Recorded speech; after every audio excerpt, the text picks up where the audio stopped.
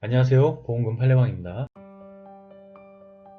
주요 우울장애, 공황장애, 불안장애, 수면장애, 조현병 병력자가 자택에서 투신한 경우 며칠 전 식도염 진단 및 약을 구입하였고 유서가 없으며 유리하게 감정되었다면 자살사망보험금은 부책인지 여부에 대하여 대구지법 서부지원 2022 가단 65327호 토대로 명확히 살펴보도록 하겠습니다. 기초사실, 망인은 2021년 8월 1일 15시 58분경 자택에서 투신하였습니다. 재판부의 판단, 관련 법리, 자살로 사망한 사람이 생전에 우울장애 등의 진단을 받거나 관련 치료 등을 받아왔고 그 증상과 자살 사이에 관련성이 있어 보이는 경우 자살에 이르게 된 상황 전체의 양상과 과정을 종합적으로 고려하여 우울장애 등으로 자유로운 의사결정을 할 수 없는 상태에서 자살에 이르게 된 것인지를 판단하여야 하고 특정 시점에서의 행위를 들어 그 상황을 섣불리 평가하여서는 안 된다고 할 것입니다. 또한 우울장애 등을 겪다가 사망한 사람이 자살에 즈음한 시점에 환각, 망상, 명정 등의 상태에 있지 않았다는 사정만으로 자유로운 의사결정을 할 수 없는 상태가 아니라고 단정해서는 안 된다고 할 것입니다. 한편 주요 우울장애와 자살의 관련성에 관한 의학적 판단 기준이 확립되어 있으므로 사실심 법원으로서는 주요 우울장애로 자유로운 의사결정을 할 수 없는 상태에 이르러 자살하였다고 볼 만한 의학적 견해가 증거로 제출되었다면 함부로 이를 부정할 수 없고 만약 법원이 그러한 의학적 소견과 다르게 인과관계를 추단하려면 다른 의학적 전문적 자료에 기하여 신중하게 판단하여야 합니다. 판단, 쟁점, 심신상실 등으로 자유로운 의사결정을 할 수 없는 상태에서 자신을 해친 경우에 해당하는지 여부. 위 법률에 비추어 이 사건을 보건대 망인은 정신과적 질환으로 인하여 정신적 억제력이 현저히 저하되어 자유로운 의사결정을 할 수 없는 상태에서 이 사건 사고에 이르게 된 것이라고 봄이 타당합니다. 상세한 이유는 다음과 같습니다.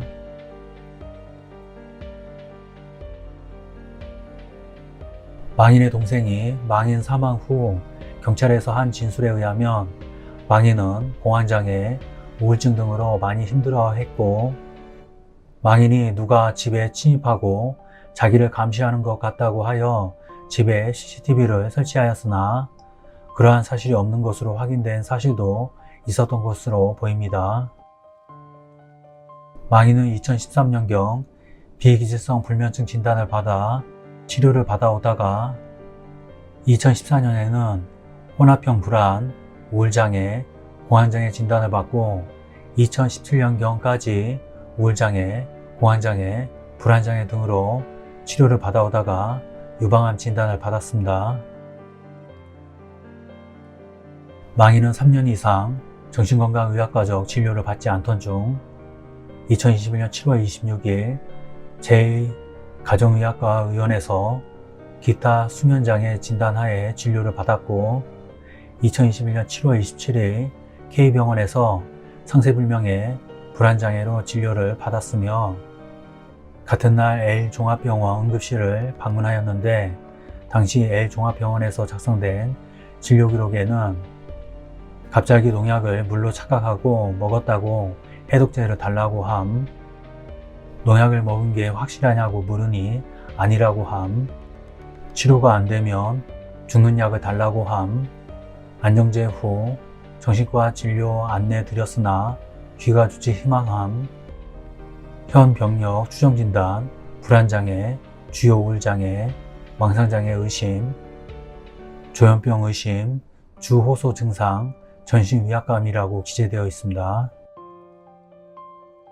망인은 그로부터 며칠 후인 2021년 8월 1일 투신하여 사망하였습니다. 위와 같이 망인이 정신건강의학과적 질환에 대한 진단과 치료를 받아온 경과에 비추어 보면 망인이 2017년경 유방암 진단을 받은 후 정신건강의학과적 질환에 대하여 약 3년 이상 제대로 진료를 받지 않고 있다가 종전에 진단받은 정신건강의학과적 질환인 공황장애, 우울 에피소드 등이 이 사건 사고일 무렵 더욱 진행되어 망상장애, 조현병이 의심될 정도로 증상이 악화된 것으로 보입니다.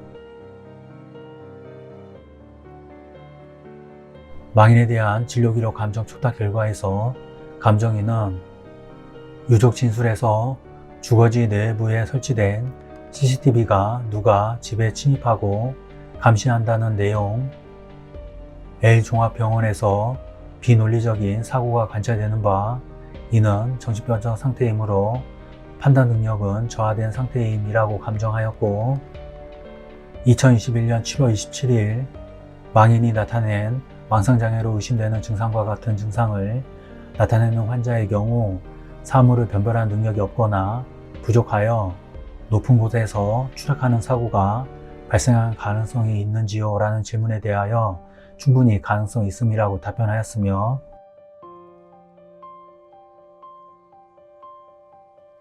(2021년 7월 27일) L종합병원 응급실에서 나타낸 증상이 망인이 사망한 날까지 지속되었을 가능성이 보다 높음, 망인이 이 사건 사고 당시 자유로운 의사결정 능력이 미약한 상태, 즉 판단력은 저하된 상태이었을 것으로 추정됨이라고 감정하였습니다. 망인은 투신 현장에 자살 암시성 유서를 남기지 않았습니다.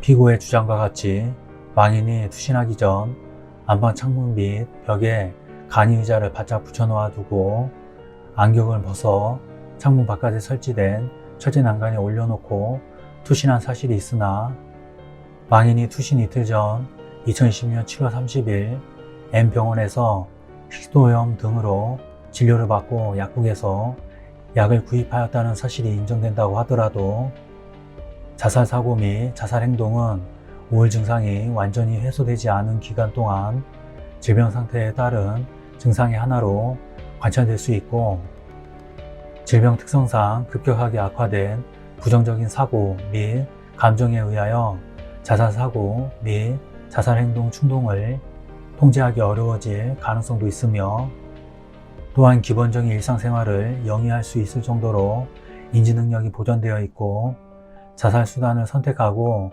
이를 실행하여 사망의 결과를 예측할 수 있는 정신상태에 있다고 하더라도 그것을 곧 자살의 의미와 그 영속적인 영향을 숙고하여 진지하고 합리적인 의사결정을 할 수 있는 상태와 같은 의미라고 보기 어려운 점을 고려할 때,